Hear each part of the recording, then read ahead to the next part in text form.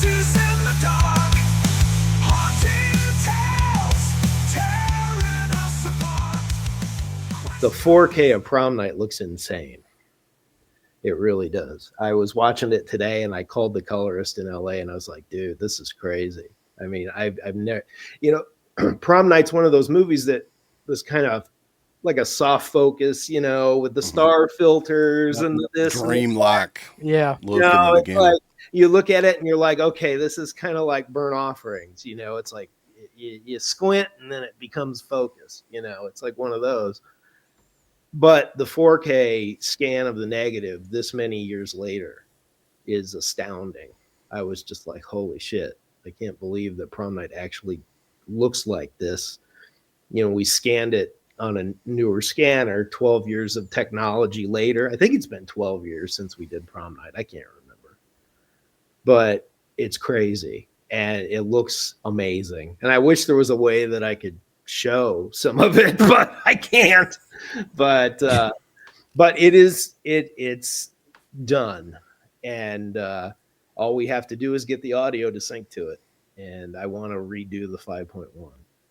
So it's got a hell of a score to put on. I love the score. Yeah, it's such a great movie. And last time when we did Prom Night, we actually almost got Jamie Lee Curtis to do a commentary, and she agreed to do one, and we were going to donate some money to her charity and all this stuff to get her to do it. And then she had an issue with a family or something, or a prior commitment, and she's just like, guys, I can't do it now. I got something else going on. And so now maybe we can get her now to do it, because she wanted to do it before, but the schedules just didn't work out for her. And who knows? I'm keeping my fingers crossed. Now she's probably more. Well, I mean, she was more into the horror scene now than she was then, probably. Yeah. With the Halloween I'll get in touch with Sean Clark and see if he can nurture her and say. Well, she did win an Academy Award though too, so her asking price could have went That's up. even better. You put that on the back, no? Academy Award winner. A little hop sticker on the front. Yeah, Jamie Lee Curtis. Yeah, but I do have to say though that the 4K scan of the. And there was I feel bad because there was some other company that had announced that we're doing the, world premiere 4K of Prom Night. And I'm like, no, you're not. It's like, from what? Because I've had the negative for 12 years. What are you using, for your 4K of Prom Night? Was this some kind of foreign label or something? I don't remember hearing about this. Yeah. Somebody brought it to my attention, and I'm like, oops. I'm always confused by that too. These foreign companies that do this stuff that pop up and. Yeah, it's like, well, they're not using the negative, so they can do a 4K of something. I don't know what, but ours is insane. I watched it again today. I watched it in the Dolby Vision today. And I watched it in the the standard Blu-ray, color, and it's just like, oh my god, it's like a totally different movie now. That the film grain, the structure, the detail, there's things in it that, I mean, I made a joke with my my colorist that was doing the color. I said we should, as a joke, we should put the open map version of it on the disc somewhere, because every shot has boom microphones hanging over people's faces. And there's that scene where Jamie Lee Curtis is dancing, and then the girl comes onto the stage and starts kind of, threatening her a little bit, that's who, I guess Michael Crichton married that girl. But when she's she turns around and she puts her hand up so that she, because of the light, there's a microphone sticking right in her ass. and it was some guy's holding a microphone right at Jamie Lee Curtis's ass. And I'm like, I hope she doesn't pass gas or anything, because that's going to be the microphone's right there. And with the framing, because the 178 or whatever, the framing, the microphones are gone. But when you see the whole, the full aperture of the actual scanned image, there's microphones everywhere. So it's just kind of funny. So if it were your call, though, you said it's Felcher's call. Would you do a box set, or how would you do it? Well, we have to find the materials for the other movies first. Yeah. So, I mean, we know where. I mean, MGM's got stuff for part 2. They do. So that's not a big deal. But it's like, I know Mike is on the case. So the company that had them all originally was Echobridge. And Echobridge Entertainment is who we got Prom Night and Curtains from. And the people there are still our friends, like CJ and this other guy that was there. I didn't know they were still around. Yeah, well, that Echobridge is not. So Echobridge kind of folded after, we did Prom Night and Curtains. Like a couple of years later, everything just kind of went what, for Echobridge. And they went into, whatever they did to get sold off. And they, CJ and, oh gosh, I can't remember the guy's name now. It's going to bug me. But they moved off and did their own thing. And Echobridge recently, it wasn't that long ago, sprang back up again under new owners. Like a new group of people, a new company came in and bought the assets of Echobridge. And they saw, that we had Prom Night and Curtains, and we talked to them, and they're like, "Well, do you want to keep, you want to keep them?" And we're like, "Yeah, of course. We want to keep the licenses." And they go, "Well, you want 2, 3, and 4 too?" And we're like, yeah. So then we talked to Mike, and Mike is like, "Well, we could do a really cool thing for Prom Night 2. And I'm like, yeah. And so he's dealing with CJ, who is no longer with Echobridge. She's somewhere else, but she kind of knows where everything is at. And my paperwork that I had for Prom Night and Curtains and everything, I still have some of that. So Mike is trying to track all this stuff down. When Echobridge kind of went out of business, technically, some of that material just poofed, right? It's like, well, where did it go? A lot of it's probably in Canada somewhere, whether it's in Toronto, Montreal, or wherever. But it's somewhere in the depths of Iron Mountain. So I'm gonna let Mike deal with it. Let him get frustrated, let him learn. Honestly, I think with like 3 and 4, though, maybe you could. I don't think you really need many, as long as you can get a good transfer on those. You don't really need many extras or anything on those. Yeah, I mean, with 2, there's that other version that's supposedly floating around. That like. What is the story with that, Don? That version? Okay, so the movie wasn't really Prom Night 2 to begin with. It was, was it The Haunting of Hamilton High? I think something like that.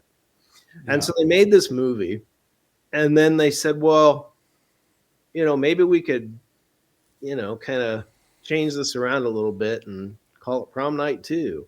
So they shot this movie called, I think it was called Haunting of Hamilton High. And then they took the movie and then they reconfigured it, called it Prom Night 2, and reshot some stuff and, moved some things around and reshot some things.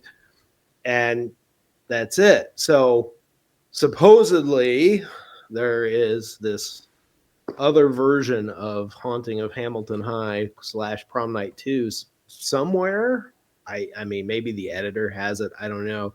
When we did Curtains all those years ago, I was very frustrated because when I found the material for Curtains, Curtains also has a similar story where they had all these other people. They shot like half of Curtains before they stopped, recast some roles, and then started over again. They rewrote the script, changed things around, cast some new people, and then the Curtains that we know is not the original Curtains that was made. So when I was looking at the materials, I saw that there were these 1 3/4 inch U-matic for all the video geeks out there, the 3/4 inch pneumatic tapes from like the 70s and early 80s, and they were labeled editor copies, and they had notations for editing, and I was just like, this is the original version of Curtains, because it was like dated a year earlier than Curtains was. And I got the list of the inventory, and I call them immediately. And I was like, we got to pull this too, because I want. And they go, oh, and I go, oh no, what? They go, oh, what date is that inventory list that you have? And I gave them the date, and they go, we tossed those tapes like 4 months ago because they didn't want to pay storage fees on them anymore. Mm. And I'm like, are you kidding me? They thought that those tapes were not necessary, I guess, because nobody uses 3/4 inch pneumatics anymore, right?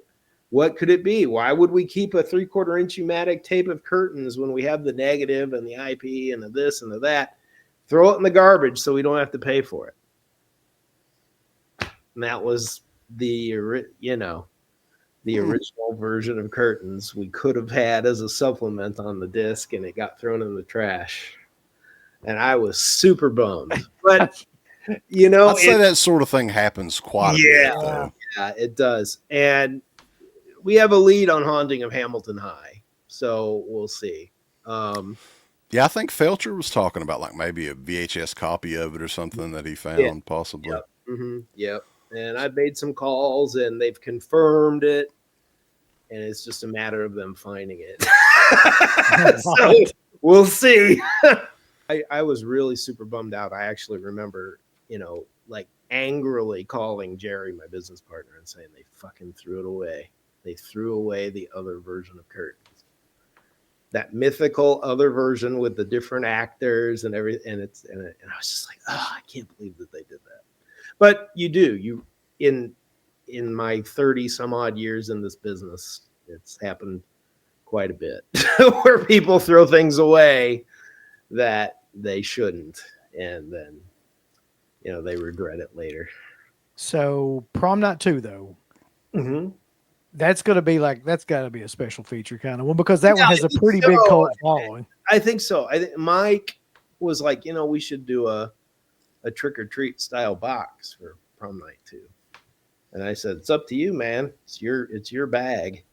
We got the rights, but we're gonna let Mike put it out under his Red Shirt label, and he really, really is passionate about it. And we're like, okay, cool. Go ahead. you do your thing. How long is you want to do the book and the poster and the cards and you want to do that for Prom Night II? Sure. You know what? It's an important movie. It's a great movie, and a lot of people think it's the best of the four. I haven't seen it in a long time. So I'm looking forward to, if we, find the negative, and every indication, MGM has stuff, but we don't know what the condition is. But if we can get the negative, I'm real curious to see what the negative looks like on that. I want all these people to click everything they're supposed to click. You haven't been liking them, you haven't been subscribing to them, you haven't clicked the bell or notification or anything like that. Folks, why don't you click the like button? Do you hate us? Do you not want to see us succeed? Why don't you click the heart button? Is this something that you have against our particular show? Why don't you subscribe? You should click on one of them buttons right now if you want us to continue to bring greatness into your life. There's all kinds of wonderful shirts over at shop.deadpit.com. Simply the best horror shirts. On TeePublic, there are others, but they all suck. You can get some Dead Pit Radio shirts. You can get Last South on the Left. The Hills Have Eyes. Texas Chainsaw. Oh, wait, you can't say Texas Chainsaw. All kinds of shirts, folks. You're gonna love them. Shop.deadpit.com. Special thanks goes out to our supporters on Patreon. You know what kind of stuff you can get on Patreon, Uncle Bill, starting at only $1 a month? What's that? Access to every Dead Pit show since 2005. We got almost 200 fan commentaries that we've done over the decades. Here's what other fucking Patreons do. They're like, hey, give us money and then we'll let you see a video early that we're going to release like a fucking week from now, and then that's all we're going to give you. Meanwhile, we have a literal jukebox full of songs, thousands of reviews. I don't even know how many shows are up on there now that we've done over the years. Hundreds of thousands. You need to figure this out now and subscribe to us on Patreon and YouTube and Instagram and help us to 1 million. The road to 1 million subscribers starts today. So deadpitonpatreon.com. Join today. Tiers start at only $1, but I'd recommend at least the $10 tier. You can do 50. The stock market's crashing around us, folks, but send us money.